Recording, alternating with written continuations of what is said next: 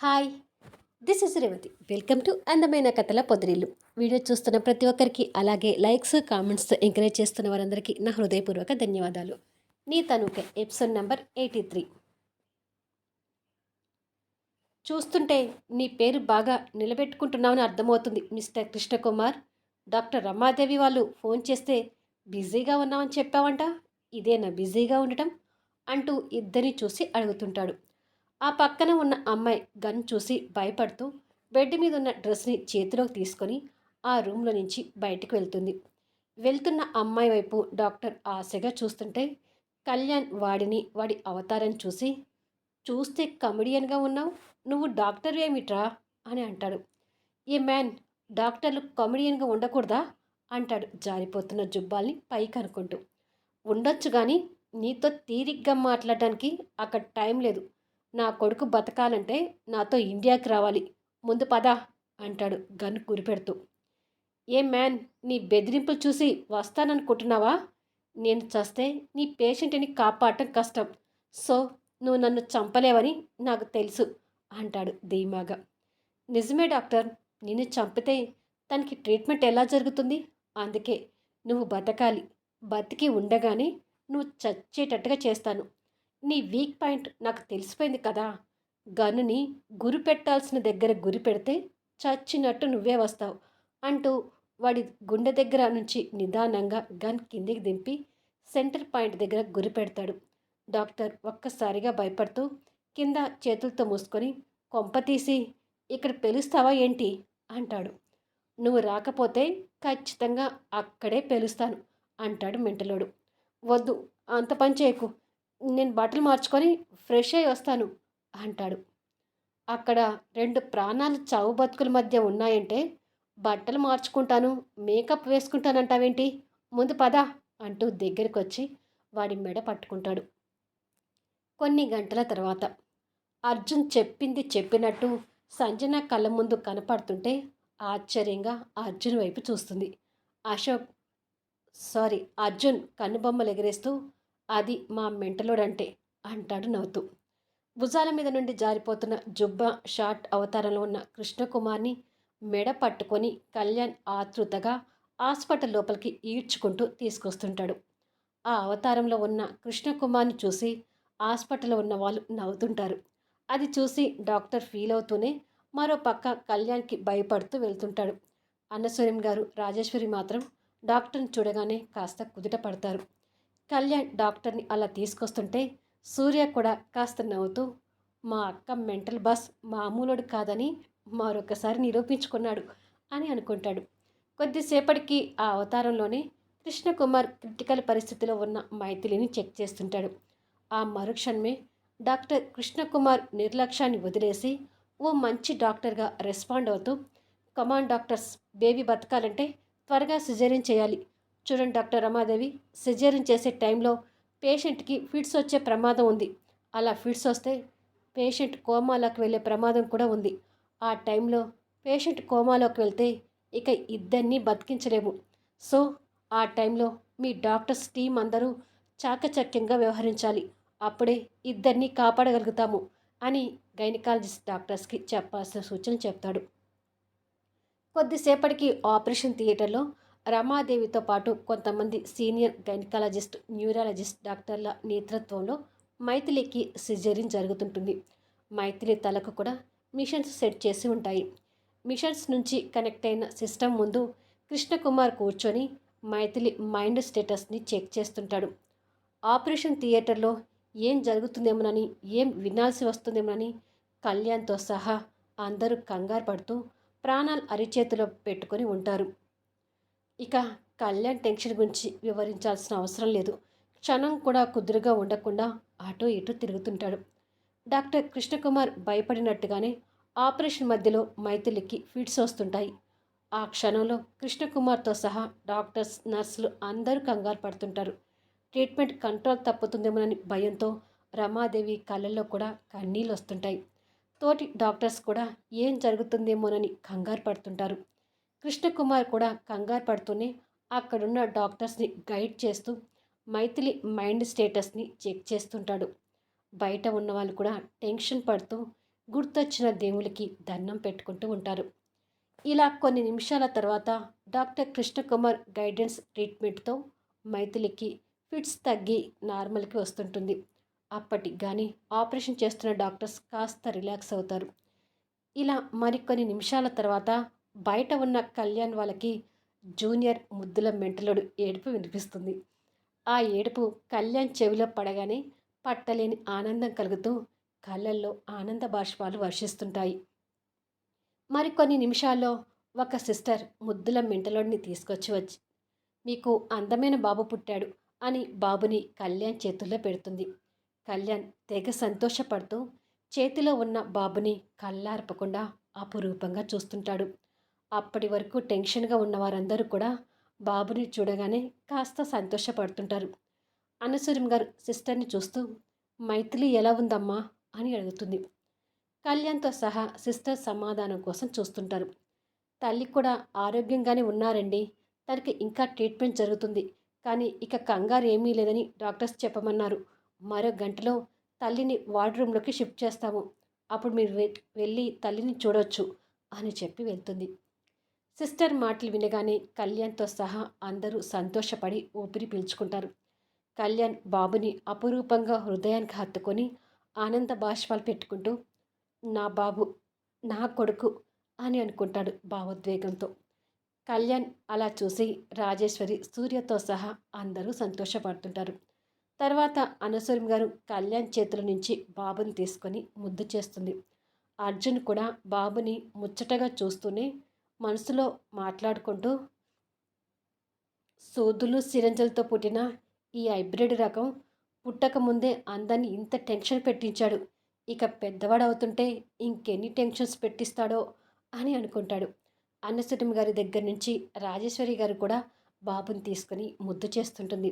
సూర్య కూడా బాబుని చూసి మురిసిపోతూ బాబుకి అన్ని అక్క పోలికలే వచ్చాయి కదమ్మా అని అంటాడు.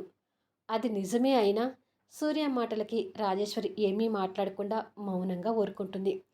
కానీ కళ్యాణ్ మనసులో గింజుకుంటూ అదేమీ లేదు, నా బాబుకి ఆ 8 పోలికలు ఏం రాలేదు, నా కొడుక్కి నా పోలికలే వచ్చాయి అని అనుకుంటూ తన మనసుకి తనే సర్ది చెప్పుకుంటాడు.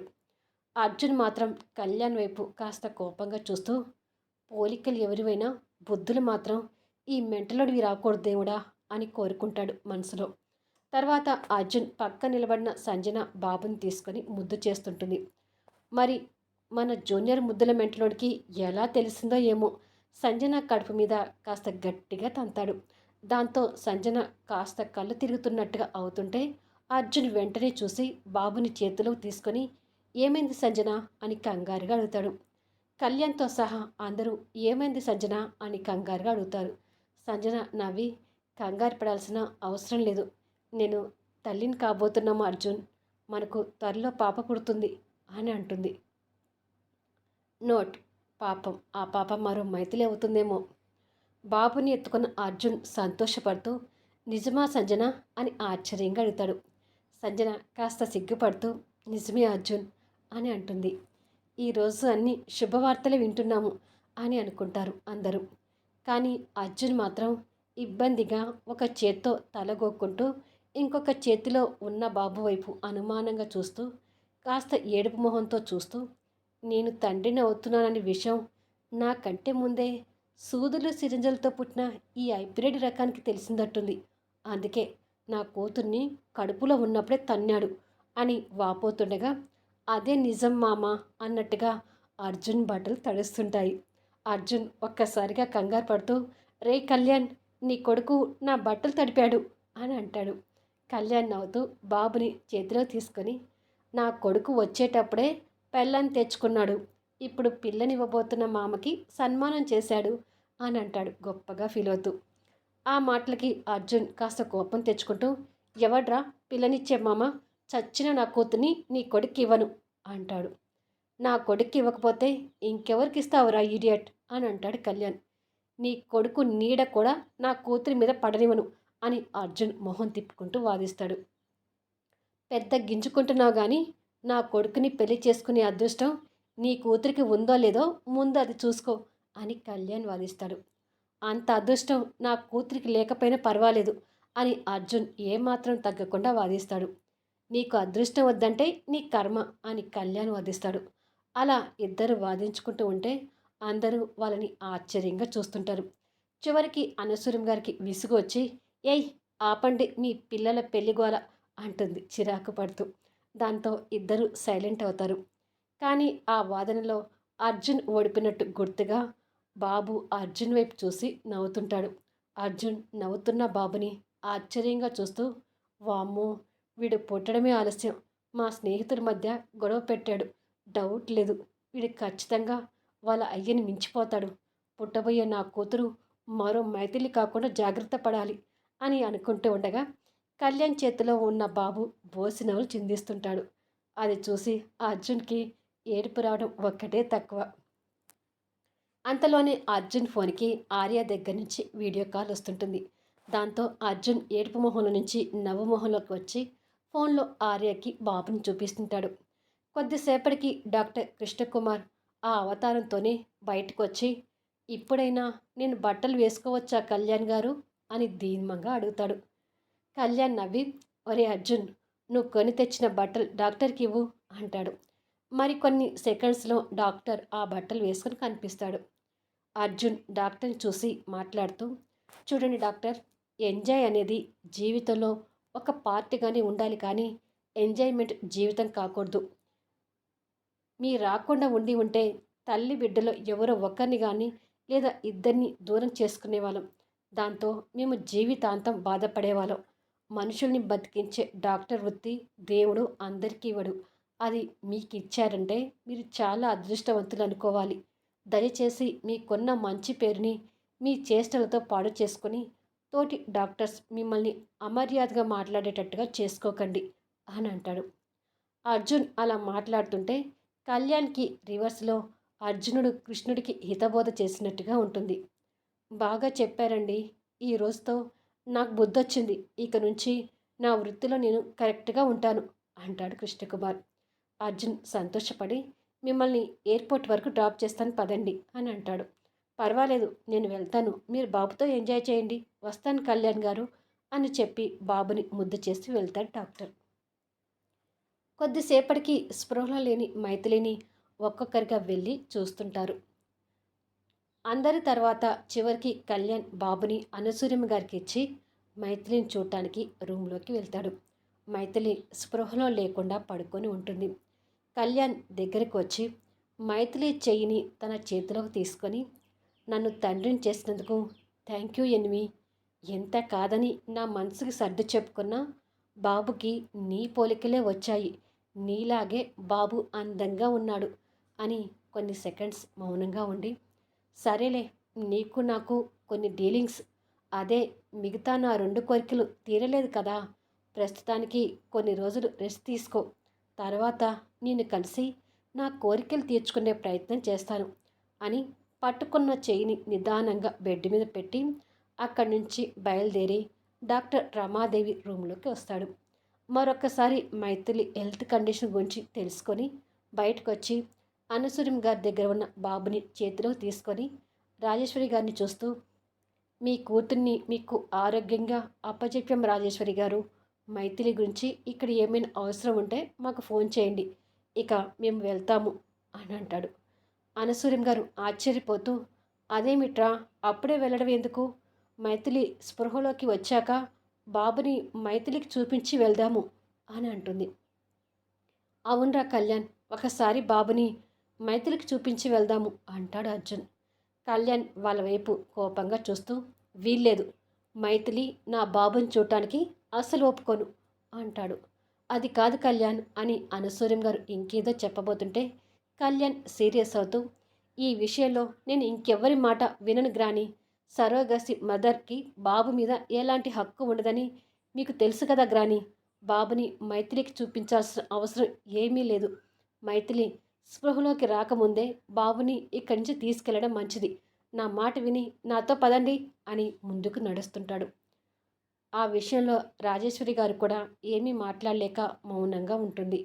సూర్యమోహన మాత్రం చిన్న బాధ కనిపిస్తుంది.